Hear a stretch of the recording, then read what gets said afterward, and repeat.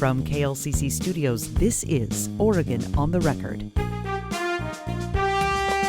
I'm Michael Dunn. Last week, the normal soundtrack of our community, the sounds of rain, birds, and cars, was rudely interrupted by the audio assault of branches and whole trees crashing to the ground.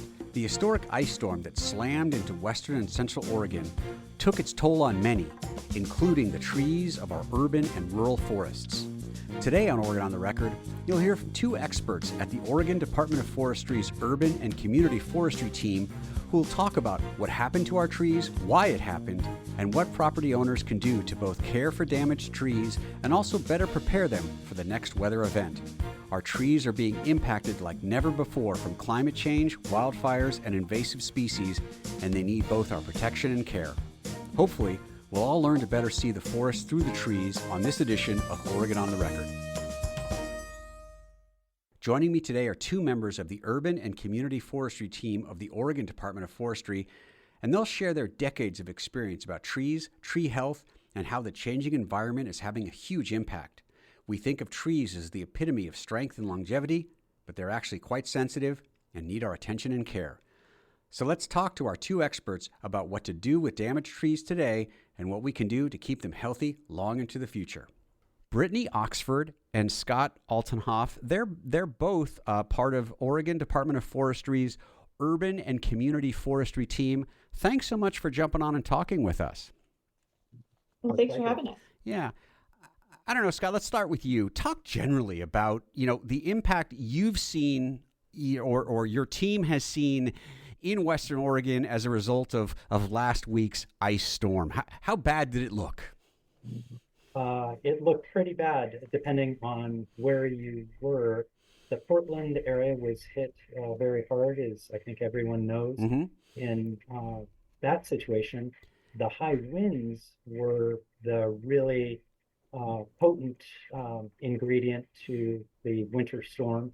And as you move south along down the Willamette Valley, the ice accumulation, there was no wind, but the ice accumulating on the trees made things pretty bad, especially in conjunction with the saturated soils, the wet soils, and those two factors combined made it pretty severe in the Eugene, Springfield area.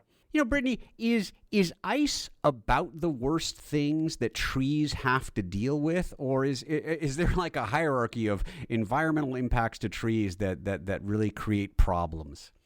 Good question. I think that sort of depends on a lot of things, mm-hmm. and trees definitely experience stress from a lot of factors, ice being one of them. Mm-hmm. Typically, whenever you see ice, the issue is increased weight loads.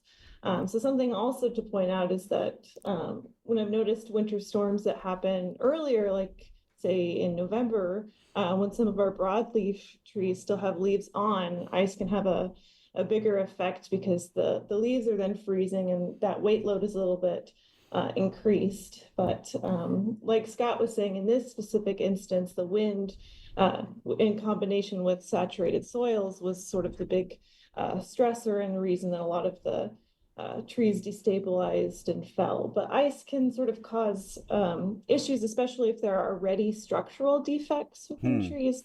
Maybe the branch is not attached in a great way, and the extra weight adding to that could spell trouble. Sure. Scott, obviously, if a tree falls on a homeowner's property and it, hits their house or car or something, obviously they have to deal with that immediately. But, if a tree falls, but it's not an imminent danger and it hasn't necessarily destroyed a building, what should homeowners be doing right now? If it's a small property and there are not so many trees, it's fairly straightforward. But you can imagine when we're dealing with entire cities or municipalities or large institutional properties, mm-hmm. you can't do it all. So it's very important to stratify or to separate out and distinguish the trees that are problematic and that need to be dealt with imminently, okay. versus the trees that can remain on the ground and not pose a problem for a long time. So the first step is to do that assessment to figure out what the limits of your responsibility are, your property or your neighborhood or your town or your county, and really focus on those situations or those trees that are posing an immediate threat and that could have life safety implications or injury implications or even just damage implications. One thing worth mentioning is prevention. Prevention is always so much better and more cost effective than cure. So we are big advocates for proactive tree inspection and maintenance and treatment. And really, if this ice storm was a lesson in anything, it's that stitch in time saves nine. So getting preventative inspections and care can really preclude a lot of cost and loss. Yeah. For our audience, let me reintroduce my guests, Brittany Oxford and Scott Altanoff. They're both a part of the urban and community forestry team for the Oregon Department of Forestry. Brittany, kind of taking off of what we just talked about with Scott, let's say your tree didn't fall during this ice storm, but you're concerned about its health. I guess my general question is, can trees withstand a lot of damage, even to the trunk? Oh, absolutely. Yeah, I think anytime that you have a tree that you're responsible for caring for and you notice something that is concerning to you, I would say having a qualified arborist come and take a look and make recommendations about the tree is probably the first and most important step. To Scott's point, I just want to say, the most important piece of this is that the more proactive you are around tree maintenance and care, they require a lot of care and attention, especially in urban areas where there's additional sort of stresses on these trees. The more money it's going to save you in the long run. Generally speaking, kind of from a very, 30,000 foot view, if you will, what are some basic steps that homeowners, property owners should do proactively to give their trees the best chance to survive for the long term, but then also perhaps to survive a winter event like we just witnessed? Yeah, there are a number of things that folks can do to help hedge their bets and to increase resilience to storm forces. So keeping the tree healthy is paramount. So making sure that it's not susceptible to drought stress if it is a tree species that needs frequent watering. So keeping vitality and vigor of the tree high and making sure that the soil and the root systems are healthy. And that can be done by protecting. One of the greatest threats to a tree's root system is soil compaction. And soils can become compacted by foot traffic or vehicle traffic or soil degradation, variety of ways. So just keeping that, we call it the critical root zone, the area near the trunk, extending out roughly as far as the tree's crown. So just keeping traffic minimized in that sensitive area, keeping the root system healthy, making sure that the tree is not over fertilized. That's often a contributor that people don't realize. They think they're helping their tree by fertilizing it. But what that can often do is predispose the tree to growth that then makes the tree more vulnerable to storm damage, either wind or heavy rains or snow or ice. So as with human beings, growth, excessive growth is not a good thing. It's a matter, growth is needed to help keep the tree stable and vital, but excessive growth can be problematic. So I'd say first and foremost, keeping the tree healthy, and then also making sure that if a tree is vigorous and growing, putting on growth on limbs and the main trunk, keeping that growth in check through judicious pruning and maintenance practices. And now is probably a good time to add the caveat that we want to avoid non-judicious pruning or topping.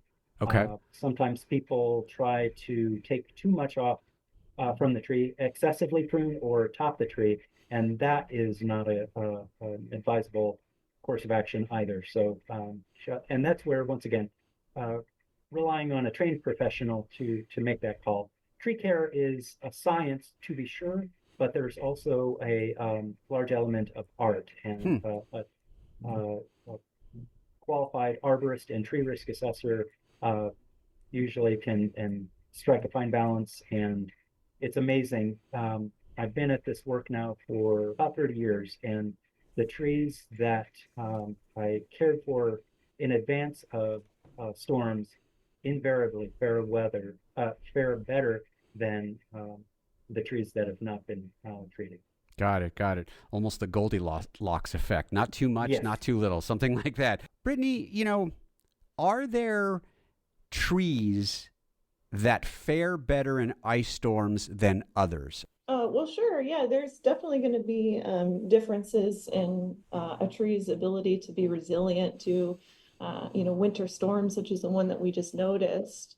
But I think it's sort of the biggest point there is that we get the greatest environmental benefits from larger trees. So I would just caution that anytime, sometimes what happens with these winter storms is that when larger trees fall, homeowners will preemptively remove trees because they're afraid, and Sure. I can understand that. But I would just say the benefits usually far outweigh the risks that come along with trees. So just making that an informed decision. Definitely have an arborist come and look at your trees, Mm-hmm. uh, so they can tell you on an individual level how they think a tree will fare in a future storm and be more proactive with it, is what I would say around that. Sure, sure, sure. Um, Scott, I'm sure many people today thinking something along the lines of this line of questioning. This tree has been in my front yard for hundreds of years. It must have survived, dozens and dozens and dozens of ice storms. Why did it fall this time? That's an excellent question, Michael. I wish I had the exact answer, but I don't.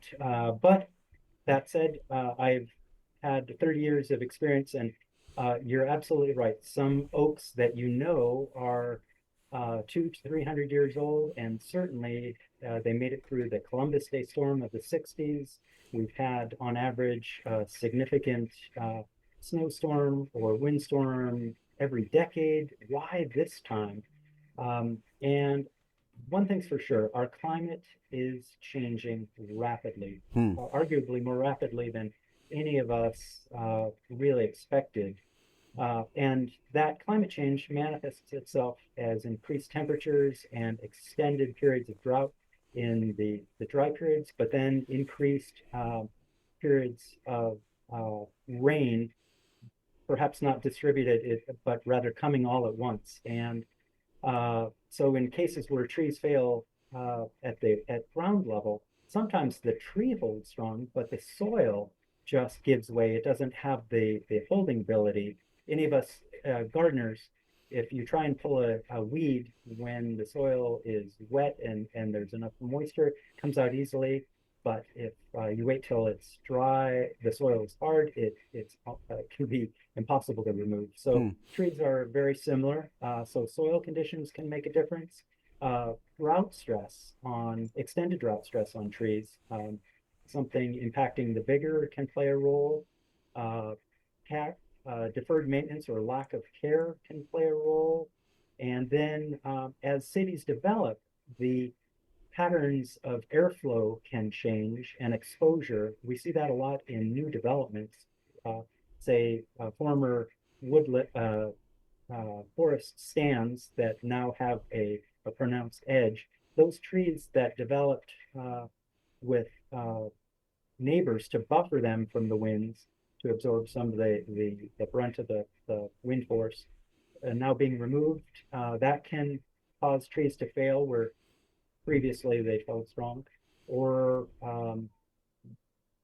solar exposure or our built environment can actually funnel winds, create artificial canyons that can intensify winds. So we often see that in urban centers Hmm. where the wind will come in and hit a tree from a new direction.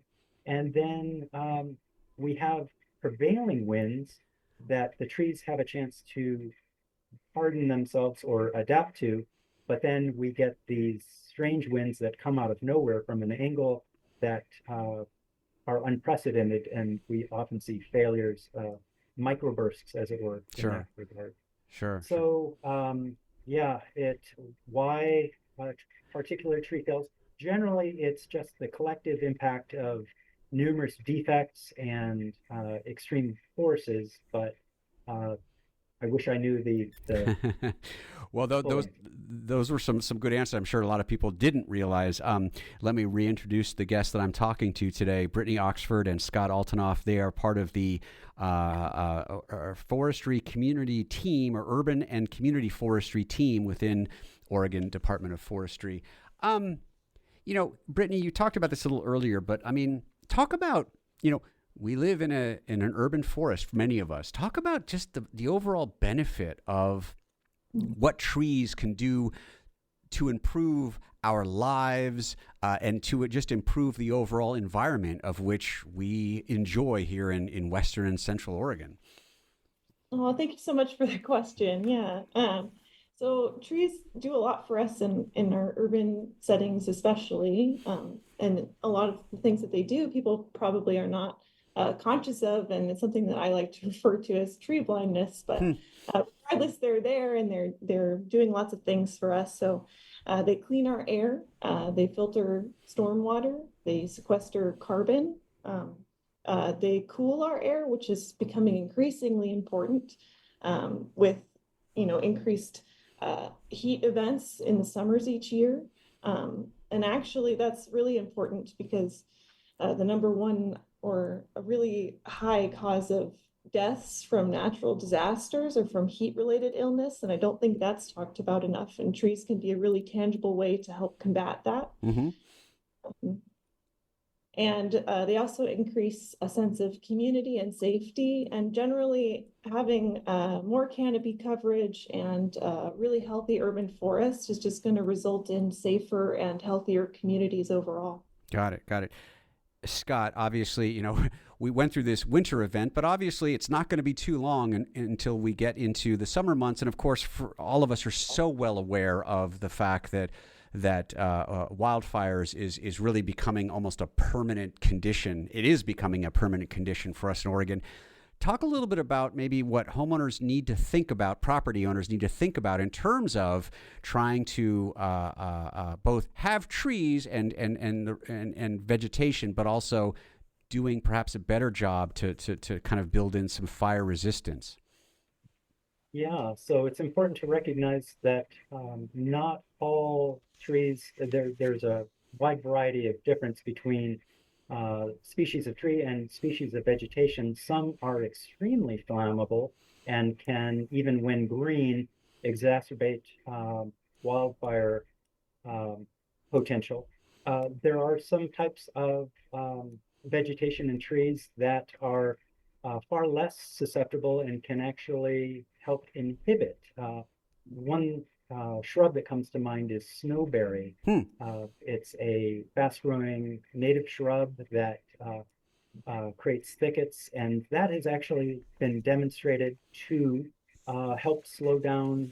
It has compounds in it that are flame inhibiting. So it's important to recognize not all trees or not all vegetation has the same flammability potential. In fact, it's also important to recognize that buildings and fences and human-built structures are typically far more flammable than living trees. Now, if you have a large accumulation of dead wood, both on the tree or within the crown of the tree, or dead needles or leaves on the ground or in the crown, that's going to change the factor. So making sure that the buildup of dead branches or dead leaf or needle material is not there.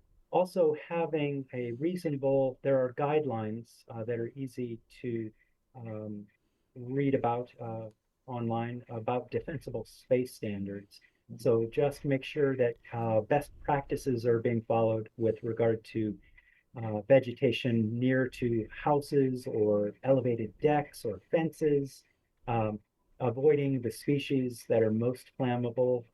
One of the favorite cultivars, it's a fast-growing cultivar, Leland cypress, makes an excellent hedgerow. They're readily available, but they can be very prone to very flammable. So now it's also important to recognize that the extreme fire danger down south in southern Oregon or in central Oregon, it's going to be different than the central Willamette Valley or farther north. Yeah, well, and certainly there's so much to learn. I know we just barely scratched the surface, but we've already reached our time. I really want to thank you both for coming on. Brittany Oxford and Scott Altanoff, part of the Oregon Department of Forestry's Urban and Community Forestry team.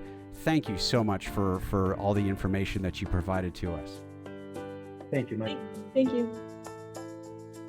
One of my favorite sayings is as follows: the best time to plant a tree was 20 years ago, the second best time is now.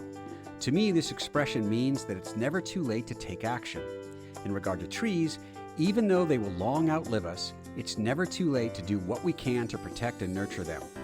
Even though thousands of trees were damaged and killed during the last ice storm, it's not too late for us to repair their damage, prepare them for future storms, and do everything possible to ensure their future. I want to thank both Brittany Oxford and Scott Altenhoff from the Oregon Department of Forestry for coming on the show. This show, along with all episodes of Oregon on the Record, is available at klcc.org. I'm Michael